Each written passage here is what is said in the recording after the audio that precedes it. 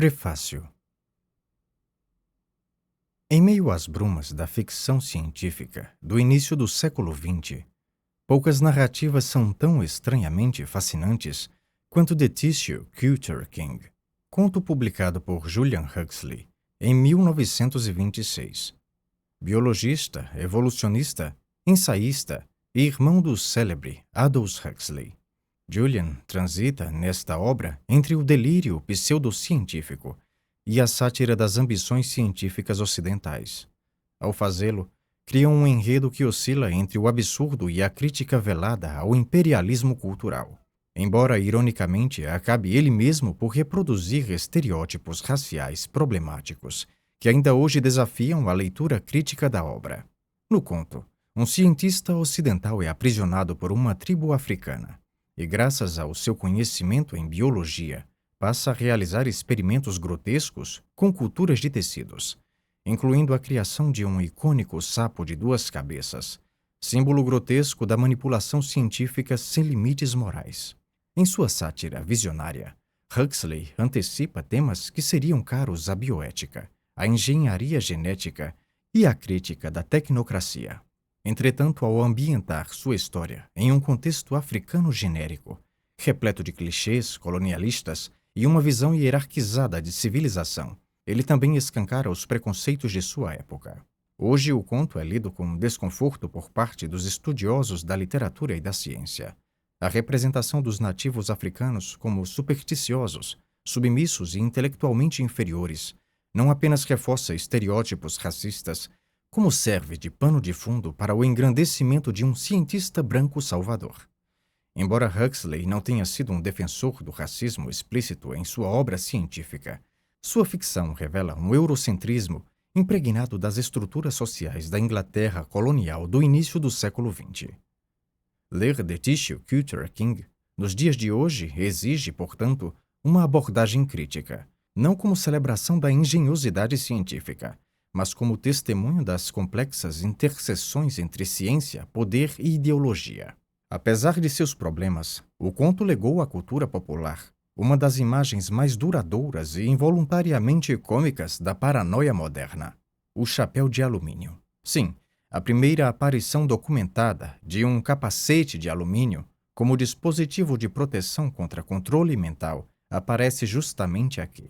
Huxley o descreve como uma forma de bloquear os poderes telepáticos desenvolvidos pelos personagens através da cultura de tecidos neurais. Décadas depois, essa ideia ressurgiria em teorias conspiratórias e na cultura geek como um símbolo da desconfiança extrema diante da vigilância e do controle mental dos governos, dos extraterrestres ou das grandes corporações. É irônico, e talvez até poético, que um conto escrito como sátira científica tenha sido levado tão a sério por certas margens da cultura digital contemporânea. O chapéu de alumínio transcendeu a ficção e se tornou um ícone do medo moderno. Revisitar a obra hoje é mais do que um exercício de curiosidade literária. É uma oportunidade para refletir sobre os limites da ciência, os perigos do reducionismo e o legado colonial da cultura científica ocidental. É também uma chance de rir nervosamente, diante da estranha capacidade que a ficção tem de prever o futuro com inquietante precisão e de ao mesmo tempo refletir os vícios de seu presente. Caro leitor, prepare-se. Há sapos de 2 cabeças, telepatia induzida por cultura de tecidos, rituais tribais e caricatos e capacetes de alumínio. Todos condensados num pequeno conto que é, ao mesmo tempo, espelho e caricatura de sua época. A obra foi traduzida e posteriormente narrada por Youssef Barros. Curta, inscreva-se e compartilhe. Uma boa leitura a todos. O Rei da Cultura de Tecidos, por Julian Huxley. Havíamos passado 3 dias a cruzar um pântano. Por fim, pisamos solo firme. Serpenteando por uma encosta suave, próximo ao cume, a vegetação tornava-se mais cerrada. À medida que avançávamos, a aparência de uma paliça se insinuava. Havia nela o ar deliberado de algo plantado por mãos humanas. Não desejávamos abrir caminho à força através daquela muralha de espinhos. e por isso tomamos à direita, margeando o paredão verde. Após 300 ou 400 jardas, deparamo-nos com uma clareira que penetrava o mato, estreitando-se até formar o que parecia um corredor regular ou trilha artificial. Tal achado nos deixou um tanto suspeitosos. Contudo, julguei prudente avançarmos quanto possível, e assim ordenei à caravana que se internasse pela abertura, tomando eu a segunda posição, logo atrás do guia. De súbito, o batedor deteve-se com uma exclamação gutural. Olhei, e lá estava um dos grandes sapos africanos, pulando com certa solenidade pelo caminho, mas ostentava uma segunda cabeça que se erguia dos ombros. Jamais vira tal monstruosidade, e quis logo assegurar-me de tão raro espécime para as nossas coleções. Mas ao dar um passo, o bicho deu 2 saltos e se ocultou no abrigo da vegetação espinhosa. Prosseguimos e logo me convenci de que a passagem que seguíamos era obra de mãos humanas. Pouco depois, um zumbido chegou aos nossos ouvidos, que prontamente identificamos como sendo de voz humana. Mandei parar a tropa e avancei cautelosamente com o guia. Espreitando por entre a última cortina de arbustos, divisamos um vale e ficamos assombrados com o que ali se nos revelou.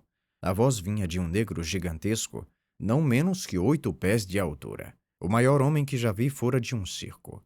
Estava agachado, prostrando de tempos em tempos o torso, enquanto recitava preces ou encantamentos.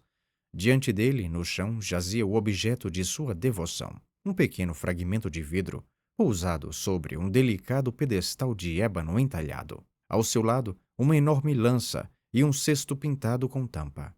Decorrido 1 minuto ou pouco mais, o colosso inclinou-se em silêncio. Tomou então o objeto de vidro e ébano e cuidadosamente o depositou no cesto. Para meu assombro, retirou então um sapo bicéfalo, semelhante ao primeiro que eu vira, mas aprisionado numa gaiola de capim trançado, colocou-o sobre o chão e retomou as genuflexões e murmúrios rituais. Encerrada a cerimônia, o sapo foi recolocado na gaiola, e o gigante permaneceu ali contemplando a paisagem com tranquila solenidade. Além do vale estendia-se um terreno ondulado, salpicado de moitas e arbustos. Um som ao longe chamou-nos a atenção. Vislumbres de cor moviam-se por entre a vegetação, e logo uma comitiva de 3 ou 4 dezenas de homens se revelou, quase todos tão gigantescos quanto nosso primeiro interlocutor. Marchavam em ordem, armados de grandes lanças e trajando tangas coloridas com uma espécie de esporão à frente. À testa do grupo vinha um negro de estatura comum, de semblante vivaz, portando um brasão e com ele 2 figuras ainda mais insólitas que os gigantes. Eram anãs, ou quase, de cabeças desproporcionadas e corpos não menos volumosos e musculosos, tanto no rosto quanto no torso. Envergavam capas amarelas sobre os ombros negros. À vista deles, nosso gigante ergueu-se, assumindo uma posição rígida ao lado do cesto. A comitiva aproximou-se e estacou. Uma ordem foi dada. Um dos gigantes saiu da formação, recolheu o cesto, entregou-o solenemente ao recém-chegado e voltou ao grupo. Era claro que assistíamos a uma troca regular de guarda, e eu me esforçava por decifrar o enigma. Guardas, colossos, anões, sapos, quando, para meu desespero, ouvi uma exclamação às minhas costas. Tratava-se de um daqueles malditos carregadores, um sujeito incômodo que vivia a ostentar sua independência. Cansado de esperar, supus, esgueirou-se para ver o que se passava, e a súbita visão da companhia de gigantes foi demais para os seus nervos. Fiz sinal para que ele se calasse, mas era tarde. A exclamação fora ouvida. O líder lançou uma ordem rápida, e os gigantes se dispersaram em 2 grupos, cercando-nos com presteza. Violência e resistência estavam fora de cogitação. Com o coração aos pulos, mas reunindo toda a dignidade possível, ergui-me e mostrei as mãos vazias, ao mesmo tempo instruindo o guia a não atirar. Uma dúzia de lanças se alteavam sobre mim, mas nenhuma foi lançada. O chefe correu em costa acima e bradou uma ordem. 2 gigantes aproximaram-se e enlaçaram meus braços com os seus. O guia e o carregador foram conduzidos à frente, sob a mira das lanças. Os demais carregadores, percebendo que algo estava errado, puseram-se a gritar e fugir, seguidos por metade dos guerreiros. Quanto a nós, fomos levados com gentileza, mas sem apelação, através do vale. Nada compreendíamos da língua, e pedi ao guia que tentasse entender algo. Por sorte, havia ali um dialeto do qual ele possuía algum conhecimento. Mas nada soubemos além do fato de estarmos sendo conduzidos à presença de uma autoridade superior. Durante 2 dias, marchamos por uma terra aprazível, com ares de parque, pontilhada de aldeias. De tempos em tempos surgia diante de nós alguma nova monstruosidade, fosse um anão, uma mulher descomunalmente obesa ou um animal bicéfalo, a ponto de me parecer haver encontrado a origem primitiva dos circos dos horrores. A paisagem começou, então, a inclinar-se suavemente rumo ao vale de um rio sereno. E em breve nos aproximamos da capital. Era, com efeito, uma cidade de respeito para os padrões africanos, com muralhas de barro e de arquitetura singularmente impressionante, sustentadas por pesados contrafortes e vigiadas por colossos armados. Ao avistarem-nos, deram o alarme, e uma multidão acorreu pelo portão mais próximo. Meu Deus, que multidão! Já me acostumava aos gigantes, mas aquilo era um verdadeiro espetáculo de Burnham e Bailey. Semi-anões, outros ainda mais bizarros. Não se distinguia se eram crianças precocemente maduras ou adultos terrivelmente atrofiados. Uns excessivamente obesos, com braços como pernis fuliginosos e dobras e arabescos de gordura brotando das nádegas proeminentes, outros senis em tenra idade, mirrados, outros ainda repulsivos e de aspecto imbecil. Havia naturalmente uma boa quantidade de negros comuns, mas os extraordinários bastavam para nos deixar atônitos. Pouco depois de ingressarmos na cidade, notei algo ainda mais inexplicável. Um fio de telefone, com isoladores perfeitos, estendido de árvore em árvore. Um telefone, numa cidade africana desconhecida. Rendi-me ao mistério. Mas outra surpresa ainda me aguardava. Vi então cruzar de um prédio a outro uma figura inconfundível, a figura de um homem branco. Primeiramente trajava calças claras e capacete solar. Em segundo lugar, seu rosto era lívido. Ele se virou ao som de nossa caravana e ficou a observar por um instante. Depois caminhou em nossa direção. "Olá!" gritei. "Fala inglês?" "Sim", respondeu ele. "Mas fique calado por um momento." E pôs-se a conversar rapidamente com nossos guias, os quais o tratavam com a mais alta deferência. Em seguida, aproximou-se de mim e falou depressa. "Vocês serão levados ao salão do conselho para serem examinados, mas asseguro que nenhum mal lhes sobrevirá. Esta é uma terra interditada a estrangeiros, e deveis estar preparados para permanecer aqui algum tempo. Assim que os trâmites forem concluídos, mandar-vos-ão até mim nos edifícios do templo, onde poderei explicar tudo. E de fato há muito que requer explicação", acrescentou com uma risada seca. "A propósito, chamo-me Rascombe, outrora pesquisador do Middle Essex Hospital, agora conselheiro espiritual de Sua Majestade, o Rei Migob." Tornou a rir e seguiu adiante. Era uma figura interessante. Talvez contasse 50 anos, corpo magro, rosto delgado, barbicha curta e olhos cor de avelã, algo encurvados. Quanto à expressão, havia nela certa ironia, mas também um brilho de curiosidade perante a vida. A essa altura, já havíamos chegado à entrada do salão.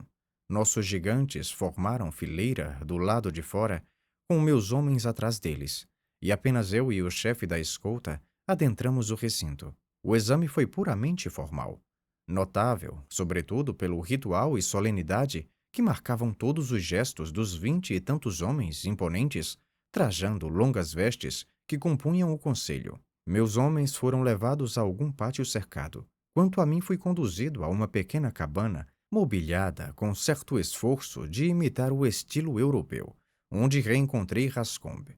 Assim que ficamos a sós, fui logo interpelando. "Agora sim, pode me contar? Onde estamos? Que significa toda essa palhaçada cerimonial e esse zoológico de monstros? E como veio parar aqui?" Ele cortou-me seco. "É uma longa história. Deixe-me ganhá-la contando à minha maneira." Não contarei tal como ele a narrou, mas sim com mais encadeamento, fruto de muitas conversas posteriores e de minhas próprias observações. Rascombe fora um estudante de medicina de grandes promessas. Após formar-se, enveredou pela pesquisa científica. Iniciou no estudo dos protozoários parasitas, mas abandonou-os em favor da cultura de tecidos. Desta passou a pesquisa sobre o câncer e daí ao estudo da fisiologia do desenvolvimento. Posteriormente, foi organizada uma grande comissão sobre a doença do sono. E Rascombe, inquieto e desejoso de viagens, moveu influências e conseguiu ser incluído como membro do corpo técnico enviado à África. Convenceu a ideia de que os animais selvagens serviam de reservatório para o Trypanosoma gambiense. Ao inteirar-se das grandes migrações de caça, vislumbrou ali um possível e importante meio de disseminação da moléstia e solicitou permissão para avançar interior adentro e investigar o problema in loco. Quando a comissão terminou seus trabalhos, foi-lhe concedida a permanência no continente, com mais um branco e um grupo de carregadores, a fim de seguir com as pesquisas. Seu companheiro era um técnico de laboratório, homem taciturno, desses sargentos da ciência, de nome Jaegers. Não convém deter-me aqui nas suas peripécias. Basta dizer que perderam-se no mato e caíram nas mãos desta mesma tribo. Isso se dera 15 anos antes. Jaegers há muito jazia morto, ferido durante uma tentativa de fuga, 2 anos depois de sua captura. Ao serem capturados, também eles foram levados à Câmara do Conselho. Rascombe, que se interessava de maneira diletante por antropologia, como por quase todos os ramos da ciência, ficou impressionado com o que descreveu como uma atmosfera profundamente religiosa. Tudo se fazia com elaborada cerimônia. O chefe parecia mais sacerdote que rei, e executava ritos de tempos em tempos. Sacerdotes estavam sempre ocupados juntos a um altar qualquer. Notou, entre outras práticas, um ritual envolvendo sangue. Primeiro o chefe, depois os conselheiros, eram requisitados a fornecer uma gota de fluido vital, extraída da ponta do dedo. O líquido era recolhido a um pequeno recipiente e ali evaporado lentamente sobre uma chama. Alguns dos homens de Rascombe falavam um dialeto não muito distinto do idioma da tribo, e um deles servia de intérprete. A situação não parecia promissora. O país era considerado terra santa, e a tribo uma raça sagrada. Outros africanos que ali entravam, se não eram mortos, tornavam-se escravos, mas no geral evitavam o lugar. Já haviam ouvido falar de homens brancos, mas nunca os tinha visto até então. O debate era o que fazer: matar, libertar ou escravizar. Libertar contrariava todos os seus princípios. A Terra Santa estaria profanada se o segredo fosse divulgado. Escravizar, talvez, mas de que serviriam aqueles homens de outra cor? E o conselho nutria certa antipatia instintiva por tais criaturas. Foi quando Rascombe teve uma ideia. Voltou-se para o intérprete. Diga-lhes isto.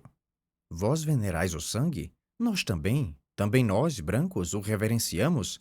Mas fazemos mais.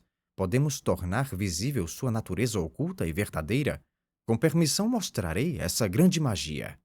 Chamou o carregador que trazia seu precioso microscópio, montou o instrumento, extraiu com a faca uma gota de sangue da ponta do dedo e a preparou sobre a lamínula. Os anciãos mostraram-se visivelmente curiosos, murmuravam entre si. Por fim o chefe ordenou: mostrai-nos. Rascombe demonstrou a lâmina com mais empenho do que jamais dedicara às turmas de calouro nos velhos tempos. Explicou que o sangue era composto por minúsculos seres de diversos tipos, cada qual com vida própria, e que ao espreitá-los assim ganhávamos poder sobre eles. Os anciãos ficaram, em maior ou menor grau, impressionados. Ao menos a visão de milhares de glóbulos, onde antes nada viam, os fez pensar. Fez com que percebessem que o homem branco possuía um poder que talvez o tornasse um servo valioso. Recusaram-se a ver o próprio sangue, por medo de que, uma vez revelado, pusesse suas vidas sob o domínio daquele que o contemplasse. Mas permitiram que fosse extraído sangue de um escravo. Rascombe pediu também uma ave, e conseguiu despertar certo interesse ao mostrar como os pequenos seres do sangue dela eram diferentes. Diga-lhes, falou ao intérprete, que possuo muitos outros poderes e magias que poderei revelar se me concederem tempo. Em suma, pouparam-no, a ele e a seu grupo. Disse-me que soube então que se sente um réu ao ouvir o juiz. Recolhido por 8 dias para o inquérito, e se afeiçoara a um dos mais antigos estadistas da tribo, homem alto de aparência vigorosa e idade madura, e foi agradavelmente surpreendido quando esse mesmo homem veio visitá-lo no dia seguinte. Rascombe mais tarde o apelidou de Príncipe Bispo. por reunir em si qualidades tanto de estadista quanto de eclesiástico. Seu verdadeiro nome era Bugala. Mostrava-se tão ansioso por desvendar os mistérios dos poderes e recursos de Rascombe, quanto este por conhecer melhor o povo em cujas mãos havia caído. Encontravam-se quase todas as noites e conversavam até a altas horas. As investigações de Bugala não eram movidas por mera curiosidade acadêmica, assim como as de Rascombe tampouco o eram. Profundamente impressionado com o microscópio, e mais ainda com o efeito que causara em seus colegas, Bugala desejava descobrir se, por meio dos poderes do homem branco, poderia assegurar sua própria ascensão. Por fim, firmaram um acordo. Bugala garantiria que nenhum mal sobreviesse a Rascombe. Em contrapartida, este colocaria seus conhecimentos e habilidades a serviço do conselho, e Bugala cuidaria para que os benefícios do arranjo recaíssem, em boa medida, sobre si mesmo. Pelo que Rascombe pôde depreender, Bugala acalentava a ideia de uma reforma radical na religião nacional, uma espécie de reforma baseada nos truques de prestidigitação científica de Rascombe, e que ele próprio emergeria como sumo sacerdote no novo sistema. Rascombe possuía senso de humor e achou graça na coisa. Parecia-lhe evidente que escapar, ao menos por hora, era impossível. Sendo assim, por que não aproveitar a ocasião para realizar algumas pesquisas às custas do Estado? Oportunidade pela qual ele e os seus tanto clamavam em sua terra natal. Seus pensamentos logo ganharam asas. Investigaria os ritos e superstições daquela tribo. Elevaria, com o auxílio de seu saber e engenho científico, os detalhes desses ritos, a expressão daquelas crenças e todo o aparato físico da religiosidade tribal a um novo patamar, que aos olhos dos nativos pareceria verdadeiramente milagroso. Não vale a pena relatar todas as negociações, os falsos começos, os mal-entendidos. Ao fim e ao cabo, conseguiu o que desejava. Um edifício a ser usado como laboratório, suprimento ilimitado de escravos para os serviços inferiores e de sacerdotes para os mais elevados na qualidade de assistentes de laboratório, e a promessa de que, quando seus recursos científicos se esgotassem, fariam o possível para adquirir novos materiais vindos da costa. Promessa esta que foi cumprida com escrúpulo, de modo que jamais lhe faltou nada que o dinheiro pudesse comprar. Aplicou-se então com afinco ao estudo da religião local e descobriu que ela girava em torno de alguns grandes motivos. O primeiro e central era a crença na divindade e na tremenda importância do rei sacerdote. O segundo era uma forma de culto aos ancestrais. O terceiro, um culto animalístico, em especial voltado para as espécies mais grotescas da fauna africana. O quarto era o sexo, con variazione. Rascombe meditou sobre tais elementos: cultura de tecidos, embriologia experimental, tratamentos endócrinos, partenogênese artificial. Riu consigo mesmo e murmurou: ora, ao menos posso tentar. Isso deve ser divertido. Foi assim que tudo começou. Talvez a melhor forma de dar ideia a tudo o que se tornara seja relatar minhas próprias impressões quando Rascombe me levou a visitar seus laboratórios. Um quarto inteiro da cidade era consagrado unicamente à religião. Pareceu-me um excesso, mas Rascombe lembrou-me que o Tibete consome 1/5 de sua receita com manteiga derretida para queimar diante de seus altares. Voltado para a praça principal, erguia-se o templo central, construído de sólido barro e com aparência suficientemente imponente. De cada lado situavam-se os aposentos dos servidores dos deuses e dos admiradores dos ritos sagrados. Atrás ficavam os laboratórios de Rascombe, alguns de barro, outros erigidos sob uma orientação posterior, de madeira. Eram vigiados dia e noite por patrulhas de gigantes e dispostos em série de pátios quadrangulares. Em um desses pátios havia um tanque que servia de aquário. Noutro, aviários de grandes galinheiros, noutro ainda jaulas com diversos animais. E no quarto, um pequeno jardim botânico. Mais ao fundo, estábulos com dezenas de bois e ovelhas e uma espécie de enfermaria experimental para os seres humanos. Rascombe conduziu-me até o mais próximo dos edifícios. Este, disse ele, é conhecido entre o povo como a fábrica.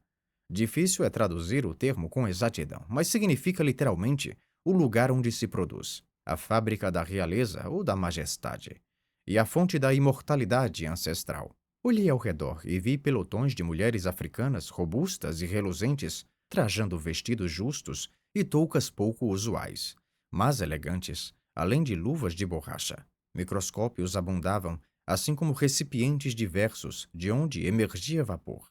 O fundo da sala era resguardado por um biombo de madeira com uma série de portas de vidro. Cada porta dava para um compartimento, rotulado com palavras daquele idioma desconhecido, e cada qual continha objetos semelhantes àquele que eu vira ser retirado da cesta pelo gigante, antes de sermos capturados.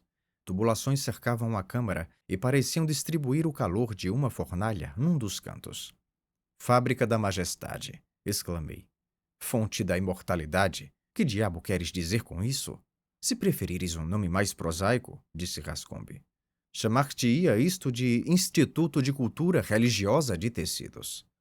Minha memória logo me levou a um dia de 1918, quando um amigo biólogo, em Nova York, me conduziu ao célebre Instituto Rockefeller, e ao ouvir Cultura de Tecidos, revi a figura do Dr. Alexis Carrel e os pelotões de jovens americanas trajadas de branco, dedicadas a cultivar tecidos, esterilizar, observar ao microscópio, incubar e afins. O Instituto de Rascombe, é certo, não dispunha de aparelhamento tão avançado, mas possuía um contingente ainda maior, conquanto de cor diversa.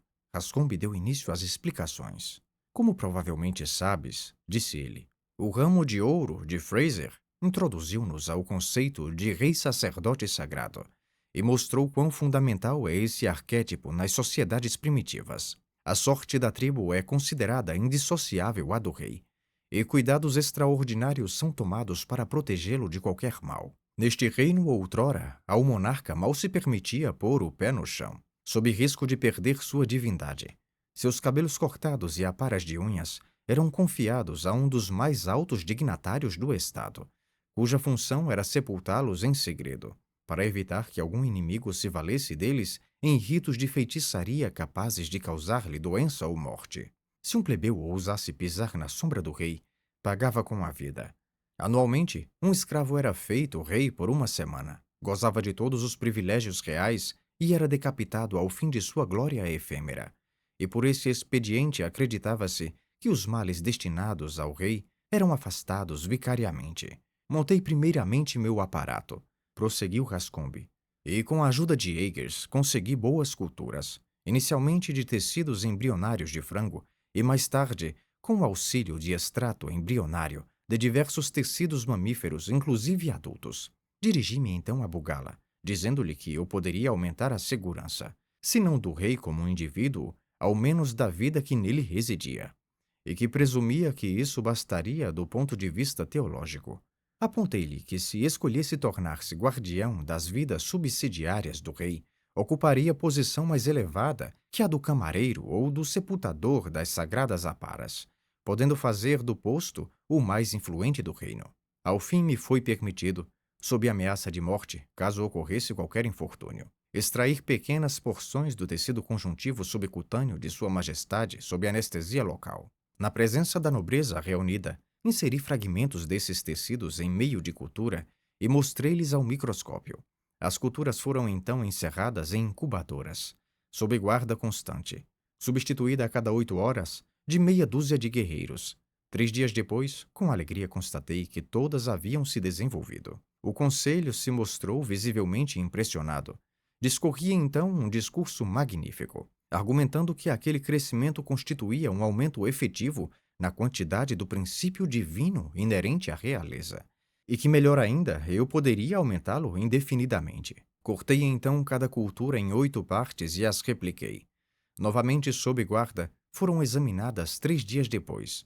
Desta vez, nem todas haviam vingado, e houve resmungos e olhares desconfiados. Diziam que eu havia matado parte do rei. Argumentei, porém, que o rei continuava são, sua pequena ferida completamente cicatrizada, e que cada cultura bem-sucedida representava um acréscimo de sacralidade e proteção ao Estado. Confesso que foram bastante razoáveis e demonstraram argúcia teológica. Captaram a sugestão de imediato. Apontei então a Bugala, e este convenceu os demais sem maiores obstáculos, que poderíamos agora abandonar algumas implicações mais arcaicas das doutrinas sobre a realeza. A ideia mais importante que pude introduzir foi a da produção em massa. Nosso objetivo passou a ser multiplicar indefinidamente os tecidos do rei, garantindo que parte de seu poder protetor residisse em todo o território. Concentramo-nos na quantidade. Poderíamos aliviar certas restrições ao modo de vida do monarca. Isso, é claro, agradou ao próprio rei.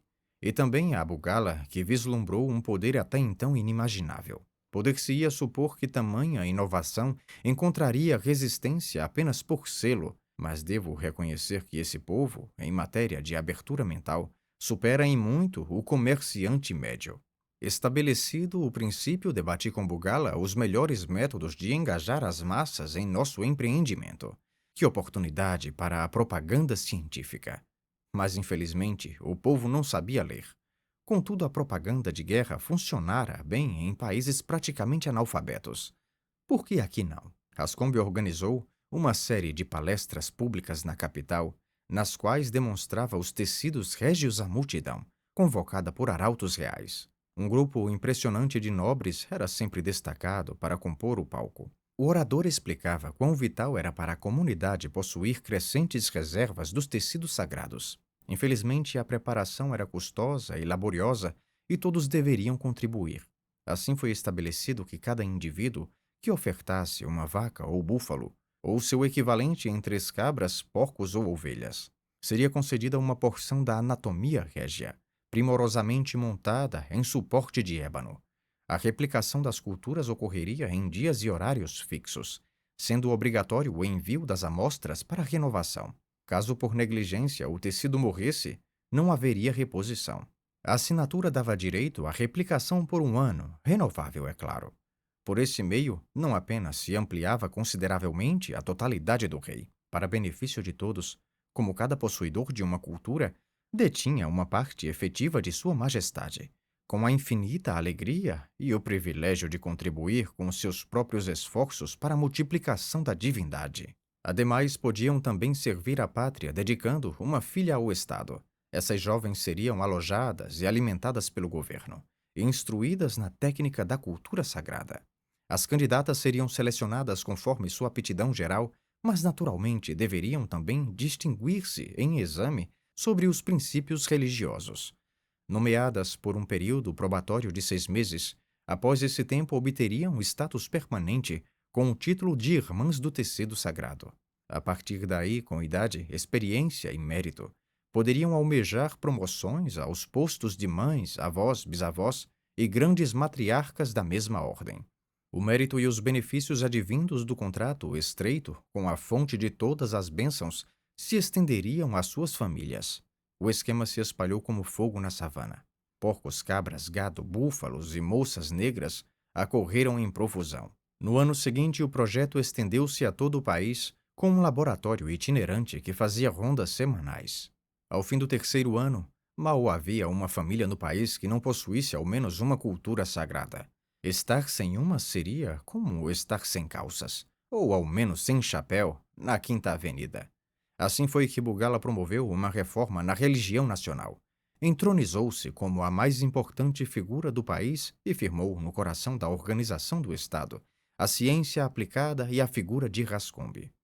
Animado por seu êxito, Hascombe lançou-se, então, a conquistar o ramo da religião dedicado ao culto dos ancestrais. Uma proclamação pública foi feita, ressaltando o quanto seria mais satisfatório prestar culto não apenas aos ossos calcinados dos antepassados, mas às partes deles ainda vivas e em crescimento.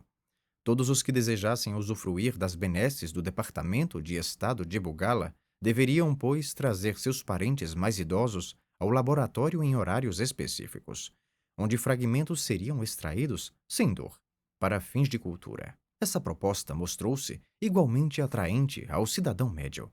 É verdade que, de tempos em tempos, avós ou mães idosas chegavam em estado de indignação e protesto. No entanto, isso pouco importava, pois, segundo a lei vigente, uma vez que os filhos completassem 25 anos, não só passavam a ter o dever de cultuar os seus ancestrais, vivos ou mortos, como também recebiam controle pleno sobre eles, a fim de que todos os ritos fossem devidamente cumpridos em nome da segurança do bem comum. Ademais, os próprios ancestrais logo descobriram que a operação era mínima e, mais ainda, que os seus efeitos eram vantajosos. Os descendentes preferiam concentrar-se de imediato na cultura que continuariam a venerar após o falecimento dos velhos, o que, por sua vez, libertava pais e avós das restrições maçantes que, em todas as épocas, acompanharam os que foram oficialmente considerados sagrados. Assim foi que, junto a quase todas as lareiras do reino, em lugar de fileiras antiquadas de jacos vermelhos contendo os restos incinerados de algum antepassado da família, a nova geração passou a contemplar uma coleção de lâminas familiares. Cada uma era retirada e examinada com reverência na hora da oração. Vovô não está crescendo bem esta semana? Talvez se ouvisse um jovem devoto dizer. O chefe da família orava sobre aquele minúsculo fragmento, e se isso falhasse, levava-o de volta à fábrica para rejuvenescimento. Por outro lado, era grande o júbilo quando um ritmo de atividade agitava a cultura. Um surto de crescimento nos tecidos da bisavó fazia renascer em todos a lembrança de seu riso enrugado.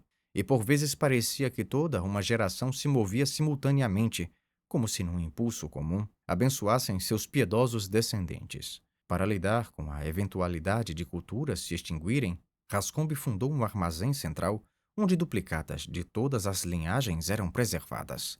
E foi esse repositório de tecidos nacionais que me havia chamado a atenção na parte posterior do laboratório. Ele me assegurou que jamais existira coleção semelhante. Não um necrópole, mas uma estópolis, se me é permitido cunhar o termo. Não um cemitério, mas um lugar de crescimento eterno. O segundo edifício era dedicado aos produtos endócrinos, uma espécie africana da Armours, e fora chamado pelo povo de fábrica dos ministérios dos altares. Aqui, disse ele, você não encontrará muita novidade. Conhece a febre das glândulas que se espalhou em casa anos atrás, com seus desdobramentos, preparados, pluriglandulares, uma nova geração de remédios patenteados e uma literatura popular que ameaçava suplantar os freudianos, explicando o ser humano inteiramente com base na constituição glandular, sem qualquer referência à mente. Bastou-me aplicar meus conhecimentos de forma relativamente simples. Primeiro, mostrei a Bugala como, por meio de injeções repetidas de extrato pré-pituitário, podia fazer um bebê comum crescer até tornar-se um gigante. Isso o agradou imensamente e ele introduziu a ideia de uma guarda real composta por corpos sagrados de estrutura gigantesca, que ofuscavam os granadeiros de Frederico. Contudo, estendi o saber em várias direções.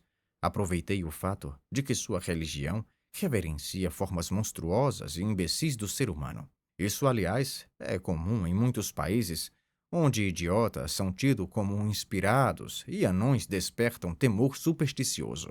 Assim impus-me a criar novos tipos. Com um extrato particular do córtex adrenal, produzi crianças que rivalizariam com o Hércules infante e, de fato, assemelhavam-se a uma mescla entre ele e um cocheiro de cervejaria. Injetando o mesmo extrato em adolescentes do sexo feminino, consegui providenciar-lhes vastos bigodes, após o que foram prontamente empregadas como profetisas. A manipulação do lobo posterior da hipófise gerou casos notáveis de obesidade. Isso, somado à paixão dos homens por mulheres corpulentas, foi explorado por Bugala, que, creio eu, enriqueceu bastante vendendo, como concubinas, escravas tratadas assim. Por fim, com outro tratamento pituitário, logrei dominar o segredo do verdadeiro nanismo, no qual as proporções perfeitas são mantidas. Dessas criações, os anões foram designados como acólitos do templo. Um grupo de moças obesas formou uma espécie de sociedade das virgens vestais, com deveres religiosos específicos que, enquanto encarnações do ideal nacional de beleza, deveriam desempenhá-los com efeito particularmente propício, e os gigantes constituíram nosso exército regular. As virgens obesas me impuseram um problema que, confesso, ainda não ter resolvido. Como todo o povo que dá enorme valor ao prazer sexual, este nutre uma reverência igualmente exagerada pela virgindade.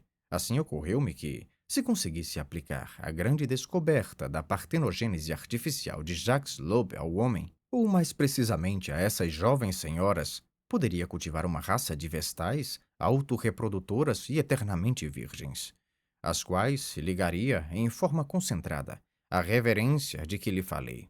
Veja, É sempre necessário propor uma linha de pesquisa que reverta em benefício à religião nacional. Suponho que pesquisas subsidiadas pelo Estado enfrentariam dificuldades semelhantes em uma verdadeira democracia. Pois bem, essa questão, como disse, ainda me escapa. Avancei um pouco além de Batalhão, com seus sapos sem pai, induzindo a partenogênese em ovos de répteis e aves. Mas até o momento fracassei com os mamíferos. No entanto, ainda não desisti. Em seguida, passamos ao laboratório seguinte, que estava repleto das mais inacreditáveis monstruosidades animais. Este laboratório é o mais divertido, disse Rascombe. Seu título oficial é Lar dos Fetiches Vivos. Aqui novamente limitei-me a aproveitar um traço predominante do povo e utilizá-lo como gancho para pendurar a pesquisa. Já lhe disse que eles sempre tiveram um gosto pelo grotesco do reino animal e costumavam usar as formas mais bizarras em pequenas estatuetas de barro ou marfim, como fetiches. Pensei comigo mesmo se a arte não poderia melhorar a natureza, e pus-me a relembrar a embriologia experimental. Utilizo apenas os métodos mais simples. Aproveito a plasticidade das fases mais iniciais para produzir monstros bicéfalos ou ciclópicos. Isso naturalmente já fora feito anos antes em tritões por Spearman e em peixes por Stockard. Limitei-me a aplicar os métodos de produção em massa do Sr. Ford aos resultados deles. Mas minhas especialidades são serpentes de 3 cabeças e sapos com uma cabeça extra apontando para o céu. Estas últimas são mais fáceis. Aplico simplesmente os métodos de Harrison Agerinos em estágio embrionário. Ele então conduziu-me ao último edifício. Ao contrário dos outros, este não apresentava sinais de pesquisa em andamento, mas encontrava-se vazio. Estava coberto por cortinas negras e iluminado apenas por uma clarabóia no alto. No centro dispunham-se fileiras de bancos de ébano, e à frente deles uma esfera dourada e reluzente sobre um pedestal. Aqui estou começando meu trabalho sobre telepatia reforçada, contou-me. Um dia destes você deve voltar para ver do que se trata, pois é realmente interessante. Pode imaginar quão atônito eu estava com tal catálogo de prodígios.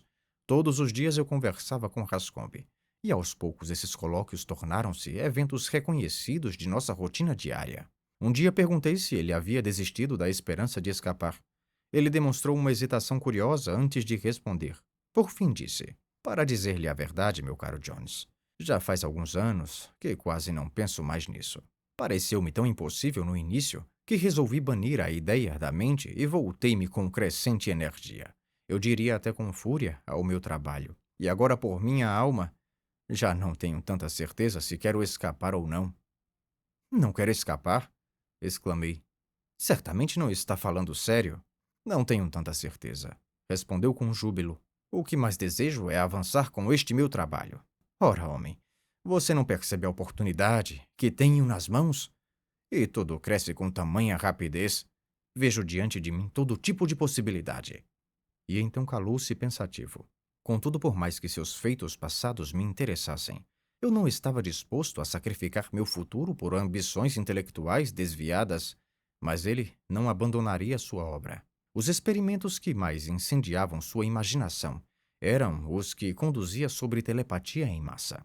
Formado em medicina numa época em que a psicologia anormal ainda era muito pouco prestigiada na Inglaterra, tivera, por sorte, contato com um jovem médico entusiasta do hipnotismo, por intermédio do qual foi apresentado a alguns dos grandes pioneiros, como Bramwell e Wingfield. Como resultado, tornara-se um hipnotizador razoável, com um conhecimento respeitável da literatura do assunto. Nos primeiros dias de seu cativeiro, interessou-se pelas danças sagradas que ocorriam em todas as noites de lua cheia e que eram tidas como oferendas propiciatórias às potências celestes. Os dançarinos pertenciam todos a uma seita especial. Após uma série de figuras vibrantes, simbolizando atividades da caça, da guerra e do amor, o líder conduzia sua trupe a um banco cerimonial. Então começava a fazer passes diante deles. E o que impressionou Rascombe foi o seguinte: bastavam poucos segundos para que todos recaíssem em profundo transe hipnótico, tombando contra o corrimão de ébano. Recordava, dizia ele, os mais surpreendentes casos de hipnose coletiva registrados pelos cientistas franceses. O líder então passava de uma ponta à outra do banco, sussurrando uma breve sentença ao ouvido de cada um. Depois, segundo o rito imemorial, dirigia-se ao sacerdote e rei, e após exclamar em voz alta: Senhor da Majestade, ordenai o que quiserdes que vossos dançarinos executem. O rei então ordenava alguma ação previamente mantida em segredo. A ordem consistia, por vezes, em buscar algum objeto e depositá-lo no altar lunar, ou em combater os inimigos do Estado, ou, e esta era a predileta dos presentes, em transformar-se em algum animal ou ave. Qualquer que fosse a ordem, os homens hipnotizados a cumpriam, pois as palavras sussurradas pelo líder haviam sido ordens para ouvir e executar unicamente o rei dissesse. E então se presenciavam cenas das mais estranhas. Quando corriam, alheios a tudo que os rodeava, à procura de cabaças ou ovelhas que lhes haviam sido designadas, ou arremetiam simbolicamente contra inimigos invisíveis, ou atiravam-se de quatro e rugiam como leões, ou galopavam como zebras, ou dançavam como grous. Cumprida a ordem, permaneciam imóveis como pedra ou paus, até que o líder, correndo de um a outro, tocava-os com o dedo e bradava: Acordai! Eles despertavam, exaustos, mas conscientes de terem sido veículos de um espírito desconhecido, e dançavam de volta para sua cabana ou salão particular. A susceptibilidade à sugestão hipnótica chamou a atenção de Rascombe, que obteve permissão para examinar de mais perto os dançarinos. Logo comprovou que o povo, como raça, era extremamente propenso à dissociação e podia ser induzido com grande facilidade a um transe profundo.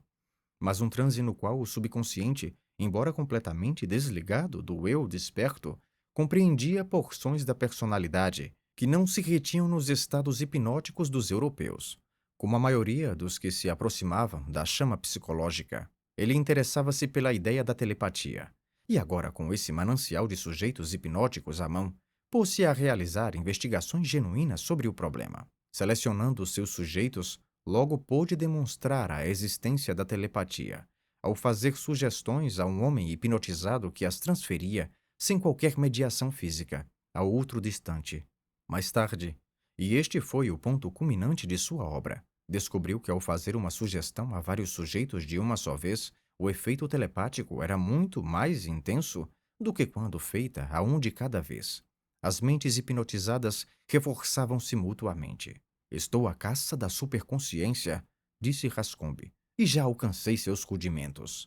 Confesso que me entusiasmei, quase tanto quanto ele, diante das possibilidades então abertas. Parecia de fato que ele tinha razão em princípio. Se todos os sujeitos estavam em praticamente o mesmo estado psicológico, observavam-se efeitos de reforço extraordinários. No início, alcançar essa similitude de condição era muito difícil. Gradualmente, porém, descobrimos que era possível afinar os sujeitos hipnóticos à mesma frequência, se me é permitido usar essa metáfora. E foi aí que a verdadeira diversão começou. Antes de mais nada, descobrimos que, com um reforço crescente, podíamos transmitir a telepatia a distâncias cada vez maiores, até que enfim logramos enviar comandos da capital até os confins da fronteira nacional, a quase 100 milhas de distância. Em seguida, verificamos que não era necessário que o sujeito estivesse em um estado hipnótico para receber o comando telepático. Quase todos, especialmente aqueles de temperamento equânime, podiam ser assim influenciados. O mais extraordinário de tudo, porém, foram os efeitos que a princípio batizamos de efeitos de proximidade, uma vez que sua transmissão à distância só veio a ser possível posteriormente. Se após Rascombe sugerir algum comando simples a um grupo numeroso de sujeitos hipnotizados, um de nós se aproximasse deles, experimentaríamos a mais extraordinária sensação, como se uma personalidade sobre-humana repetisse o comando de forma ameaçadora e avassaladora. E enquanto uma parte de nós sentia que devia obedecer à ordem, outra percebia, se me é permitido dizê-lo, que éramos apenas parte do comando, ou de algo muito maior do que nós, que comandava. E foi aí que Rascombe declarou ter alcançado o primeiro indício real da superconsciência. Naturalmente, Bugala tinha de ser considerado. Rascombe, com a velha roda de oração tibetana em mente, sugeriu que eventualmente poderia induzir hipnose em toda a população e então transmitir uma prece. Isso garantiria que a oração diária, por exemplo, fosse realmente proferida por toda a população. e ainda mais simultaneamente, o que sem dúvida aumentaria muito sua eficácia e tornaria possível, em tempos de calamidade ou guerra, manter em operação constante a força orante da nação. Bugala mostrou-se profundamente interessado. Via-se por meio dessa maquinaria mental a implantar ideias a seu bel prazer nas cabeças de seu povo. Imaginava-se formulando uma ordem e toda a população emergindo do transe a executando com precisão. Sonhava sonhos diante dos quais os de um magnata da imprensa ou mesmo de um diretor de propaganda em tempos de guerra pareceriam pálidos e tímidos. Naturalmente quis receber instrução pessoal nos métodos utilizados, e com igual naturalidade não podíamos recusar. Embora eu confesse que muitas vezes me assaltava certa inquietação quanto ao que ele poderia fazer, caso resolvesse sobrepujar Rascombe e experimentar por conta própria. Esse receio, aliado à minha constante ânsia de fugir dali, levou-me a buscar novamente um meio de escaparmos. Então ocorreu-me que esse próprio método, sobre o qual pairavam tais pressentimentos sombrios, poderiam tornar-se a chave de nossa prisão. Assim, um dia após incitar Rascombe com um discurso sobre a perda que seria para a humanidade permitir que essa grande descoberta morresse com ele na África, passei à ação. Meu caro Rascombe, disse-lhe, o senhor precisa sair daqui e regressar à pátria. Que impede de dizer a Bugala que seus experimentos estão a ponto de coroar-se com êxito, mas que para certos testes necessita de um número maior de sujeitos? Poderia então requisitar uma bateria de 200 homens e, após sintonizá-los, o reforço seria tão poderoso que disporia de uma força mental suficiente para afetar toda a população. E então, um belo dia, elevaríamos o potencial de nossa bateria mental ao nível mais alto possível e enviaríamos através dela uma influência hipnótica geral. O país inteiro, homens, mulheres e crianças, cairia em estupor. Em seguida, daríamos à nossa equipe experimental a sugestão de dormir por uma semana. A mensagem telepática seria transmitida a cada uma das milhares de mentes à espera dela, e nessa se enraizaria até que toda a nação se tornasse uma única superconsciência, consciente apenas do pensamento único dormir, que nela havíamos semeado. O leitor talvez se pergunte como pretendíamos escapar nós mesmos das garras da superconsciência que criaríamos. Pois bem, descobrimos que o metal era relativamente impenetrante ao efeito telepático, e preparamos para nós uma espécie de púlpito de lata do qual poderíamos nos abrigar durante os experimentos. Isso, combinado com toucas de chapéu alumínio, reduzia enormemente os efeitos sobre nós. Não informamos a Bugala sobre essa propriedade do metal. Rascombe permaneceu em silêncio. Por fim falou. Gostei da ideia, disse. Gosto de pensar que, se algum dia eu regressar à Inglaterra e ao reconhecimento científico, minha descoberta terá me proporcionado os meios da fuga. A partir desse momento, trabalhamos assiduamente para aperfeiçoar nosso método e nossos planos. Após cerca de 5 meses, tudo parecia propício. Tínhamos provisões guardadas, bússolas preparadas. Fora-me permitido conservar meu rifle, mediante a promessa de jamais dispará-lo. Fizemos amizades com alguns dos homens que comerciavam com a costa e, sem levantar suspeitas, colhemos deles todas as informações possíveis sobre a rota. Enfim chegou a noite. Reunimos nossos homens como se fosse um ensaio ordinário, e uma vez induzida a hipnose, começamos a sintonizá-los. Nesse momento Bugala entrou, sem ser anunciado. Era exatamente o que temíamos, mas não havia como impedi-lo. Que faremos? Sussurrei a Rascombe em inglês. Sigamos adiante e que se danem as consequências, respondeu ele. Podemos pô-lo para dormir com os demais. Recebemo-los, pois, com cortesia, e oferecemos-lhe um assento o mais próximo possível das fileiras cerradas dos executantes. Por fim, os preparativos estavam concluídos. Rascombe subiu ao púlpito e disse: Atenção às palavras que vos serão sugeridas. Houve um leve enrijecimento dos corpos. Dormir, disse Rascombe. Dormir é o comando. Ordenai que todos nesta terra durmam ininterruptamente. Bugala ergueu-se com uma exclamação, mas a indução já havia começado. Nós, protegidos por nossas coberturas metálicas, estávamos imunes. Mas Bugala foi atingido em cheio pela corrente mental. Recaiu sobre a cadeira inerte. Por alguns minutos, sua extraordinária vontade resistiu à sugestão. Embora não pudesse mover-se, seus olhos inflamados permaneciam abertos. Mas por fim sucumbiu e ele também dormiu. Não perdemos tempo em partir e avançamos bem pelo país silencioso. As pessoas estavam sentadas, como figuras de cera. Mulheres dormiam ao lado de seus baldes de leite, a vaca já muito afastada. Crianças nuas e de ventre protuberante dormiam em meio às suas brincadeiras. As casas estavam repletas de adormecidos, sentados eretos, ao redor de suas refeições, lembrando a famosa festa no salão de Woodwolf. E assim prosseguimos com um estranho sentimento, mal podendo crer naquele estado mórfico em que havíamos lançado uma nação inteira. Finalmente alcançamos a fronteira, onde com imensa euforia passamos por um guarda fronteiriço, imóvel e gigantesco. Algumas milhas adiante fizemos uma boa refeição sólida e tiramos um cochilo. Nossa bagagem estava um tanto pesada e decidimos descartar algum peso supérfluo. Alimentos, espécies e nossos capacetes metálicos ou protetores mentais, que àquela distância e com a hipnose já enfraquecida, julgávamos não serem mais necessários. Ao cair da noite do terceiro dia, Rascombe parou subitamente e virou-se. O que foi? Perguntei. Viste um leão? Sua resposta foi completamente inesperada. Não, estava apenas pensando se não deveria voltar. Voltar? Exclamei. Pelo amor de Deus, por que faria tal coisa? Foi algo que me ocorreu há uns 5 minutos, respondeu ele. E, sinceramente, pensando bem, não creio que terei outra chance como esta para realizar minhas pesquisas. Além disso, essa jornada até a costa é perigosa, e não espero que cheguemos vivos ao fim. Fiquei completamente transtornado e lhe disse isso sem rodeios.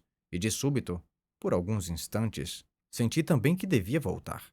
Era como aquela velha amiga da infância, a voz da consciência.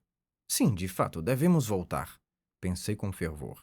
Mas detendo-me subitamente à medida que a razão se impunha, por que deveríamos voltar? Toda sorte de razões surgia, como se mãos invisíveis, vindas das profundezas ocultas de mim, as apresentassem. E então compreendi o que ocorrera. Bugala despertara, apagara a sugestão que havíamos lançado à superconsciência e em seu lugar implantara outra. Consigo vê-lo arquitetando a ideia, o demônio astuto. É preciso reconhecer-lhe o engenho. E ouço-o, após realizar seus passes, sussurrando à nação sua nova sugestão, na forma prescrita. Desejem voltar, voltem.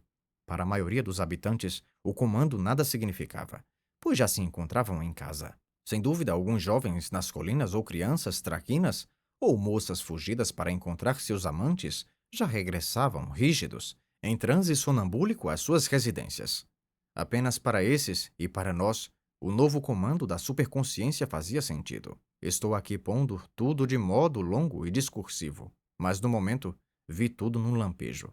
Disse a Rascombe, mostrei-lhe que só podia ser assim, que nenhuma outra explicação se ajustava àquela súbita mudança. Supliquei, roguei-lhe que usasse a razão, que se mantivesse firme em sua decisão, que viesse comigo. Como lamentei então que em nosso desejo de descartar todo o peso inútil, tivéssemos deixado para trás nossos capacetes metálicos à prova de telepatia. Mas Rascombe não quis, ou não pôde ver meu ponto.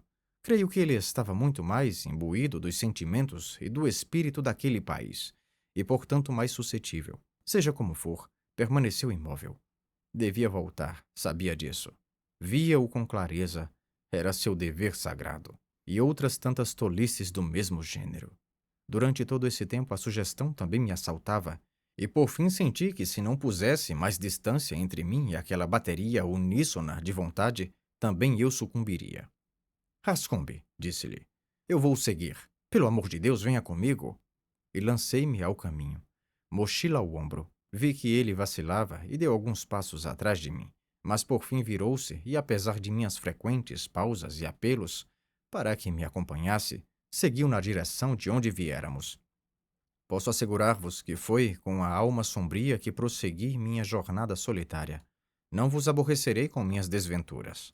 Basta dizer que, por fim, alcancei um posto branco, alquebrado pela fadiga, pela má alimentação e pela febre. Mantive grande reserva quanto às minhas experiências, declarando apenas que a nossa expedição se perdera e que meus homens haviam fugido ou sido mortos pelas tribos locais. Por fim cheguei à Inglaterra, mas era um homem quebrado, e profunda melancolia invadira meu espírito ao pensar em Rascombe e na maneira como fora apanhado em sua própria armadilha. Jamais soube o que lhe aconteceu, nem creio que algum dia venha a saber. Poderíeis perguntar por que não organizei uma expedição de resgate, ou por que, ao menos, não levei as descobertas de Rascombe à sociedade real ou ao Instituto Metafísico. Só posso repetir que era um homem destruído. Não esperava ser acreditado, não tinha certeza de que conseguiria repetir nossos resultados, mesmo com o mesmo material humano. Quanto mais com esses homens de outra raça, temia o ridículo. E por fim era atormentado pela dúvida, quanto a saber se o conhecimento da telepatia em massa não seria antes uma maldição do que uma bênção para a humanidade. Contudo, agora sou um homem já velho. E, além disso, velho para minha idade. Quero tirar essa história do peito. Ademais, velhos gostam de moralizar. E deveis perdoar, caro leitor, o tom sermonesco que agora sinto que devo adotar. A pergunta que quero levantar é esta. Dr. Rascombe alcançou um poder sem precedentes em diversas aplicações da ciência. Mas a que fim serviu todo esse poder? É puro engodo e balbúrdia continuar afirmando, como a maioria de nossa imprensa e de nosso povo insiste em fazer, que o aumento do conhecimento e do poder científicos é em si um bem. Recomendo ao grande público a moral evidente de minha história e lhes peço que reflitam sobre o que pretendem fazer com o poder que vem sendo, pouco a pouco, acumulado para eles pelos esforços daqueles que trabalham porque amam o poder ou porque desejam descobrir a verdade sobre o funcionamento das coisas. Fim.